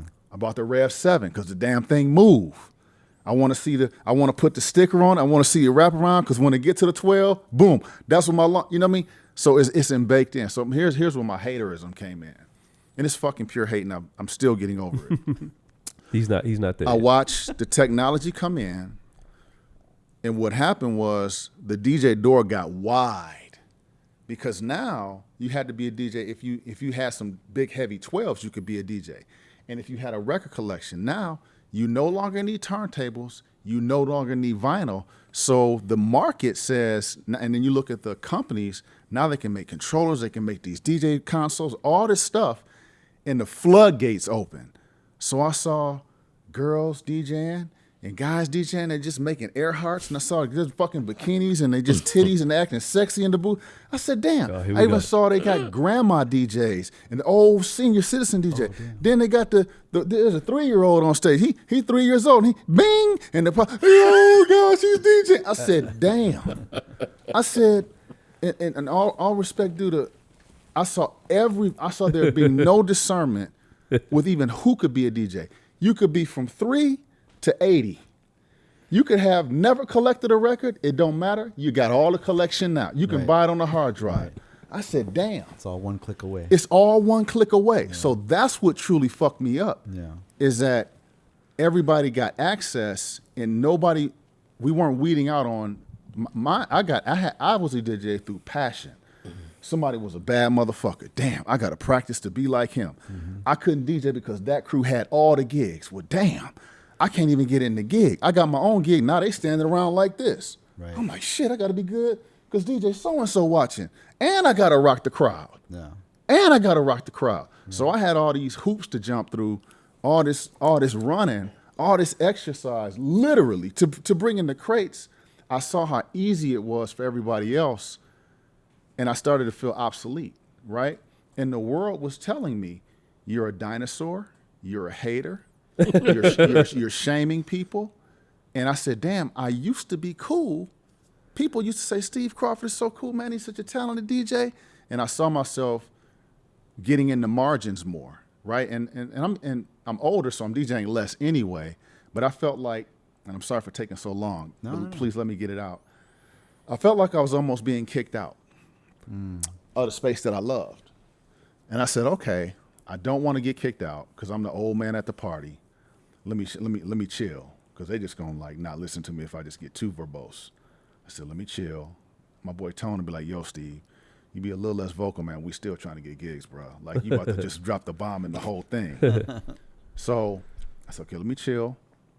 Let me learn respect because it's not someone's fault that they didn't start out on vinyl. If they just started DJing 5 years ago, you shouldn't expect them to be on vinyl. They're not going to be on 12s and have to lick the fucking needle to make the right and the left work. Put the paper in right, the put the center, paper in the. So I had to get over myself. I said, oh, you know what, Steve, DJing should be open. We try to grow things. You know, we want more people to be DJ, more people to learn the craft. You open up a school, you start teaching people, but technology is great and it's bad at the same time because we used to have to learn. And I would say, and I saw musicians complaining too. Like I've seen drummers complain of a guy who says he's drumming You hitting that MPC, you hitting them buttons. Finger Motherfucker, drummers? You're a finger drummer, you're not a drummer. You can't put a stick in your hand and go. You can't hit and get your and do it with your foot. Right. All four limbs. Off on 4 limbs. That's you can. Yes, you're a finger drummer. Yes, you can make dope beats. But let's respect the drummer. You know, let's not kick the drummer to the curb. You know, staying with a pianist who can play a chord, who can go in here and do this. But now they got a chord pack. You know, you could buy the pack that has the whole chord plate, and you can go bing, bing, and then you're doing bing, bing, bing, and you think you're not a fucking pianist. You can put something dope together. You know what I'm saying? The same thing like I had a love-hate with sampling. Sampling sounds dope, but be creative with it. But just don't take Dennis Edwards and go doom, doom, da doom, doom, doom, doom, doom, doom, da doom, doom, doom, doom, doom, doom, doom, doom. Damn, that beat is dope. Damn. I'm like, You just looped it. you just looped it. That's Dennis. That's his beat. Yes, I like that you put a kick up under it and a snare, but I'm not fucking impressed. I'm impressed with the bass player that went doom, doom, doom, doom, doom, doom, doom, doom, doom, doom, doom, doom, doom. You know what I'm saying? So when I see launching records, got a whole record collection, when I see fuck the pitch control slider. I'm watching DJs right now, and I will not mention no names. Never touch the fucking pitch. And so we don't talk about sync. Oh, I did the sync arguments. Oh, God. I won't talk about sync no more. I lost that argument. It's a tool, and you can just use a sync. But it degrades the need for human talent. And I saw technology replacing my talent. I used to be I'm called my DJ name is DJ Energy. I used to get a crowd energy, and I used to feed back them energy. That's how I made up my name. I'm gonna be energy. I'm about energy. And so with energy, I had speed. So from you guys, I stole speed, right? Because speed was in a battle, you got to be fast. You ain't got 2 hours to cue this thing up. You got to get to it. Yep. You got to get to the hot part. You got to get to the break. You got to be able to rewind that record and know that you got 12 before the bam, and you know what I mean? Right. So I was quick dropping, where we know how to blend, and we don't have to listen to the record for 2 minutes. We know kind of generally where that tempo was, and we'll fix it right out there on the crowd. We drop the record and fix it live. Make the adjustments. Make the adjustments. You have to make no adjustments now. They line it up BPM. The fuck, line it up BPM, cue, button, cue point. I said, damn. And then when I got really disgusted, Jeff, I love you, but they had this scratch feature in a controller. There was a Jazzy Jeff scratch feature. It was this button, and the fucking controller it scratches for you, right? Word? I said, I missed that one. hey, I know you missed it. I'm glad I missed that one. It came out. We don't need that. It came and left. And I was joking. I said, this is what I said to myself. I said, this is where it's going to go. They're going to have a feature in a mixer whereby you can hit the orbit button, the crab button, the flare button, and as long as you pass a sound through it, the mixer will do it for you. Right. It said be, and the dudes will be, they'll be doing this. I said, well, what's next? I said, because now doubles, right? You can work doubles and never have to rewind a record because you got your cue point set on the loop. Yeah. And you can do like this. So I seen this DJ working doubles. Motherfucker never touched the turn. Right. Yeah. And I could go on for hours Yeah, on the whole show. No, But those are all fair points. the Those fuck, are- man, yeah, and yeah. that was mind-boggling me. So how do you deal with? Because you have old school sensibilities, you have battle sensibilities, but you're in a modern world, and things do progress. You do have to let things go. Everybody's not going to be on a horse and carriage, People trudging don't up use the house fucking phones hill. anymore, man. Yeah. No, touchdown. No way. Yeah. But how do we can't we respect Right, both? bro. You know what I mean? Like, did you ever get frustrated?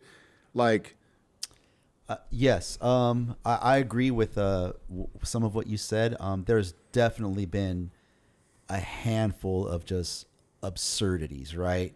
Like the people that have no business DJing, like you said, whether it's the grandma or the girl that's just like, oh, like, I have a nice body. I want a DJ. Clearly they're getting into it. There's, I'm stereotyping a little aesthetics to bit, it. but there's people. The point I'm trying to make is there's people out there that get into not just DJing, but any industry for the wrong reasons, right? They're not motivated by the love of music. They're not motivated by the passion of, acquiring a record collection, like, you know what I'm saying? Or like caring enough about a scratch or whatever it is, you know what I mean? They're in it, like I said, just with the illest of intentions. So those people, yeah, trash, right? But at the end of the day, me personally, I don't really knock technology. Some of it, yeah, a little over the top. I wasn't aware of the custom or the built-in scratch feature, stuff like that. But ultimately, I just use what works for me, and I see other DJs that are successful. I've seen dope DJs like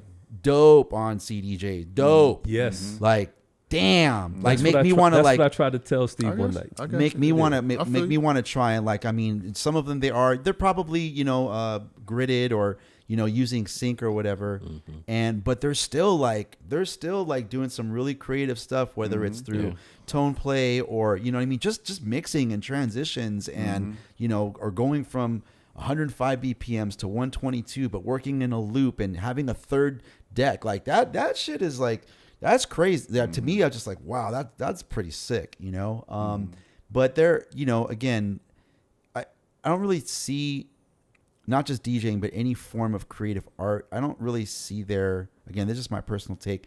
I don't ever see there being a right or a wrong.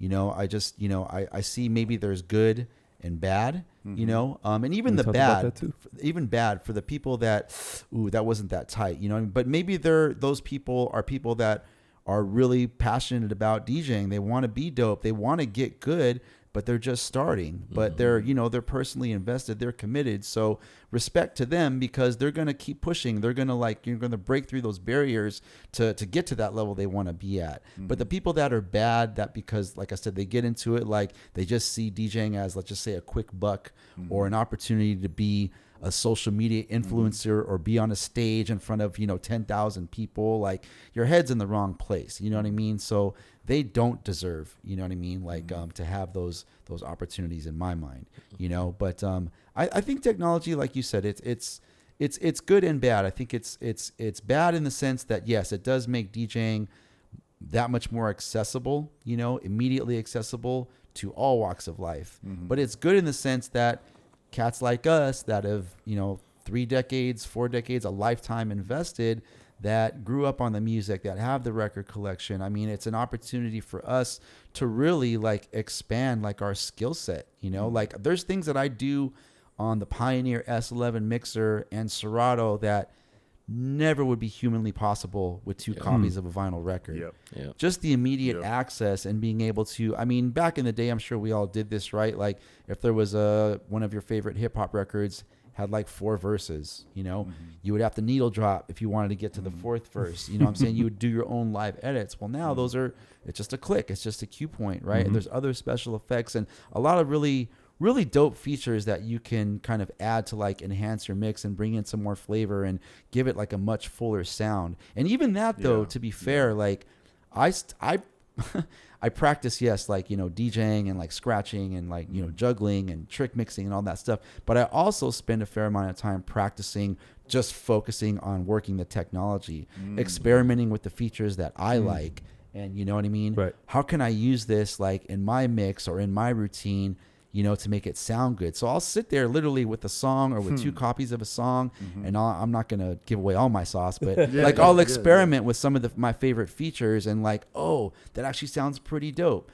And when I stumble on something that I think that I personally like, I try and have it be applicable to not just that particular record, but to where it's a universal technique that'll sound with a good, my entire range of selections. Right. You know what I mean? So that's kind of the way I approach it and use it. Do I use all of the features available to me?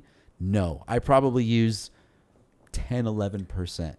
That mixer, the Pioneer S11, it does so much. You haven't even scratched the surface. I feel like I haven't. Man, it's humbling to hear you talk like this, because the place I got to is that I never mind losing an argument. People think I need to win an argument because I'm a lawyer, but I learn more through losing than I do winning, right? For example, if someone kicks your ass on something, you just learn something. If Doug spouts off 5 records, I had no fucking clue what he's talking about. Now I got to go research. I find out what he's talking about. I just increase my vocabulary and my knowledge. DJ kicks my ass on the table. Same thing. So he and I literally are in, because he was hot one night.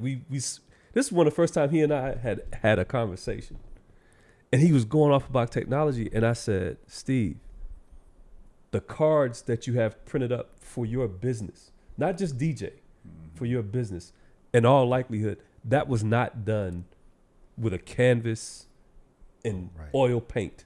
Right. Would you not consider that person an artist? Right. Because they used a computer to Digital design, right, to graphic design your card. Yeah. Because it's some dope shit that's been created on a computer. And the thing is, we rib him about it, but I understand where he comes from. Sure. Because the idea, his whole idea is it takes away the human element from the artistry of DJing. But my counter argument to that is nobody's playing on a Victrola. You didn't start out on a Victrola. He didn't start on a Victrola. Right. You're not cranking a right. record with a with the big horn Megaphone, yeah. at this point, because the technology that was what you had at the time.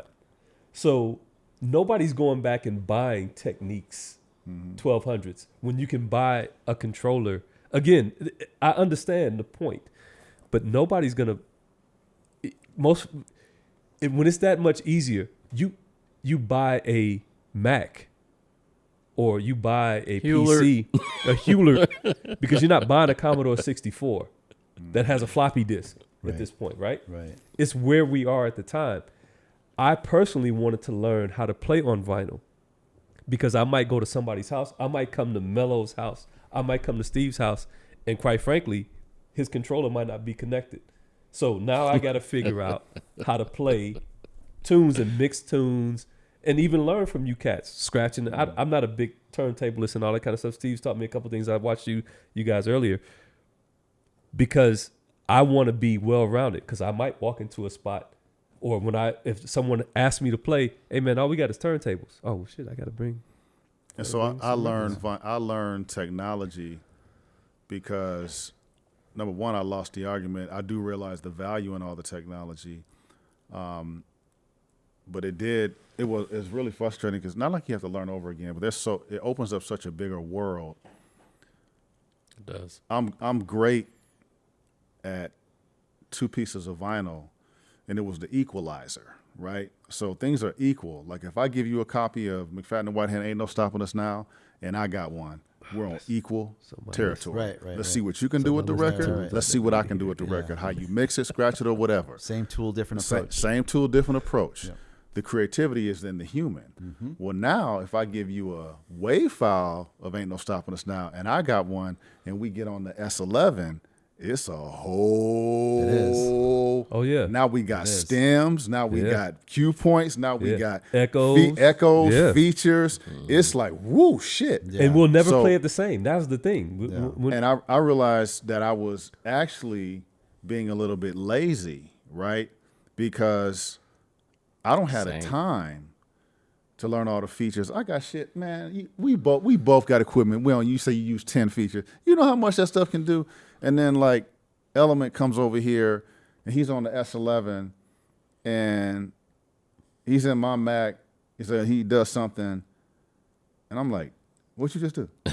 I didn't know my shit did that. Just want to do it. Just da. And then one time he tightened up my my curve. I thought you just did the curve with you just take the button and take it to its sharpest point. Well, he adjusted it in the Mac. He said, well, no, you can actually do it 2 ways. He said, actually, curve is tighter when you leave the computer plugged into the mixer. And I was like, damn, the curve changes from that. He was like, yeah, now listen to this transform. Now let's plug it in. And I was like, like, oh, shit. All right, thanks, man. And you told me. He just taught me how to leave my shit plugged in, as opposed to unplugging it. And so it is like opening up so much. It opens up so much more. Yeah, so now I have a better relationship with technology because now I'm like, ooh, shit. If I get creative in that, I'm gonna be killer. Dangerous. I'm gonna be dangerous. You know? Yes. So man, but thank you for sharing your thoughts, man. Because I never. Personally, I know like the loop feature and stems, that's changed my life. Yeah. Oh yeah. I love that so much, yeah. man. Oh, Being able to loop records, yeah. Oh just yeah. just to loop a beat and take out vocals if you want to. All the songs you ever want an instrumental to. Yeah. Yeah. It's mind blowing. Yeah, it's Yeah. a different world. Like in a good Yep. way, I think that we're living in. I mean, experience like vetted cats. You know what I'm saying? Like, or even someone like that's newer to the scene Yeah. like you, but that's open minded. You know what I'm saying? Yeah. That appreciates having like. I love watching Turntablism. It's not where I live, but I'm like, the effort that you put in, and I don't care which media you're using. Like you said, I've seen some dudes on CDJs crush it. Yeah, how does it sound? Yeah. And I'm like, damn, they can do that on a CDJ or a controller, whatever it is that's not vinyl. And I'm like, that shit was dope. No. You know what I mean? That was crazy. I appreciate the art form because the art form is what you can use it to make art with what you have. Right. Exactly. You know. Can I ask you one last question, Melo, before we Sure. get out of here? Since we are some grown ass men, and everything we do is not relative to DJing, I know that you are a family man. I know that you have kids. I know that, I discovered that I think you're opening a new business that is coming pretty soon. We're talking about that in the car. Pizza. So can you talk about just a little bit becoming a family man, having those children, that responsibility, having a wife, and how it relates to your art? How do you still do it? And how do you manage those two? Because a lot of DJs are in that space, you know what I mean? When we're family men now, we're not just 20-year-olds ready to go battle, you know what I mean? Right. So talk about your family, man. I want to hear about the Melo D family. Yeah. brother. So my wife and I, we've been together since '95, so more than half our lives. We got married in 2007, and we had our first child, my son Maddox, in 2009. So like any new parent, it's a huge adjustment, just life adjustment, number one. But specifically with what we do, where I come from a world where even before he was born, when it was my wife and I still had all the time in the world. I could stay up till 3, 4 in the morning working on a mixtape, practicing. I could be over at J-Rock's house, you know what I'm saying? Like recording records or just hanging out or whatever, But now with a newborn, the landscape completely changes. So the big adjustment for me was, okay, I had to get used to going from having 6, 7, 8 hours in a row uninterrupted to practice, whether that was practice or, record records or just be in my studio, listening, whatever, just, doing what I do. That now went from, let's just say, an 8-hour block to maybe I could get 15 minutes here. He goes down for a nap. I could get an hour and 15 there. And you got to do it quick. And I got to take a break for, 4 hours between lunch and dinner. And then when he goes down at night, if I have the energy. So that was the big adjustment for me. And then fast forward to the present day. Yes, proud father of 3. I'm still happily married. And my kids now, they're older. So they're at the ages now where they're just heavily involved with, of course, school and now extracurricular activities. So are they interested in DJing? No, they love music, care less about DJing. They'll come in my studio like when I'm practicing or doing something, or and they'll kind of like, that's it, Daddy, just for 3 seconds, and then they got something to talk to me about. Or I got to go to me. soccer practice. Exactly.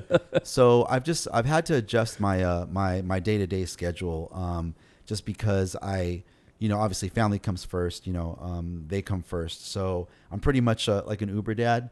So I literally have from the hours of 8:30 a.m. till about 1:30 p.m.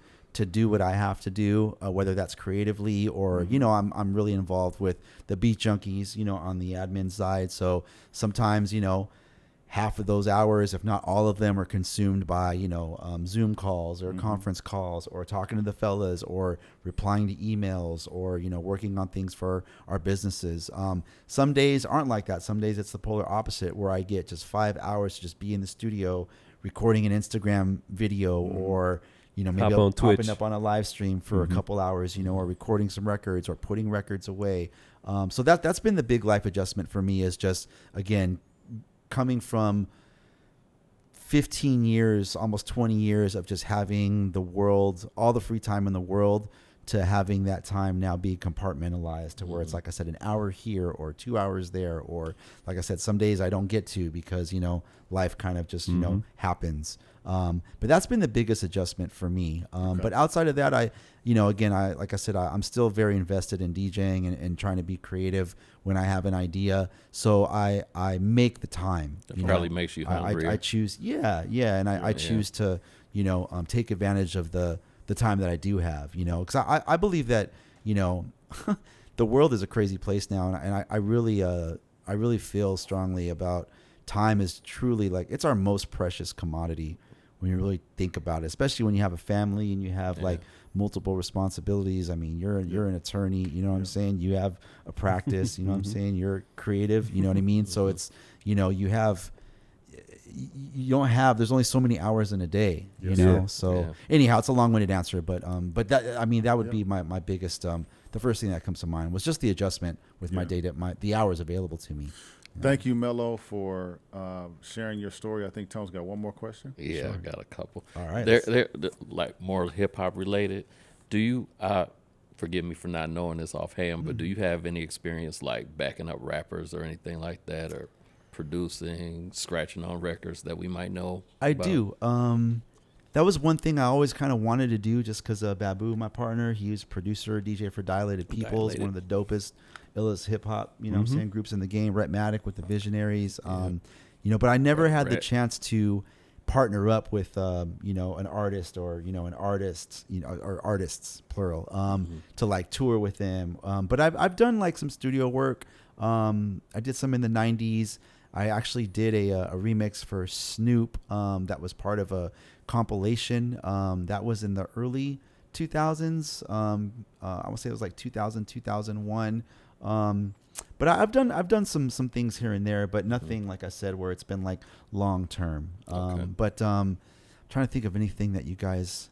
You make beats too? I used to, and again, that was all kind of pre-marriage and pre-children. And again, once my time kind of got constricted, because the way I approach DJing, I approach it like very methodically, kind of like a science. And I believe, to be to be great at anything, you really have to like dive all the way in.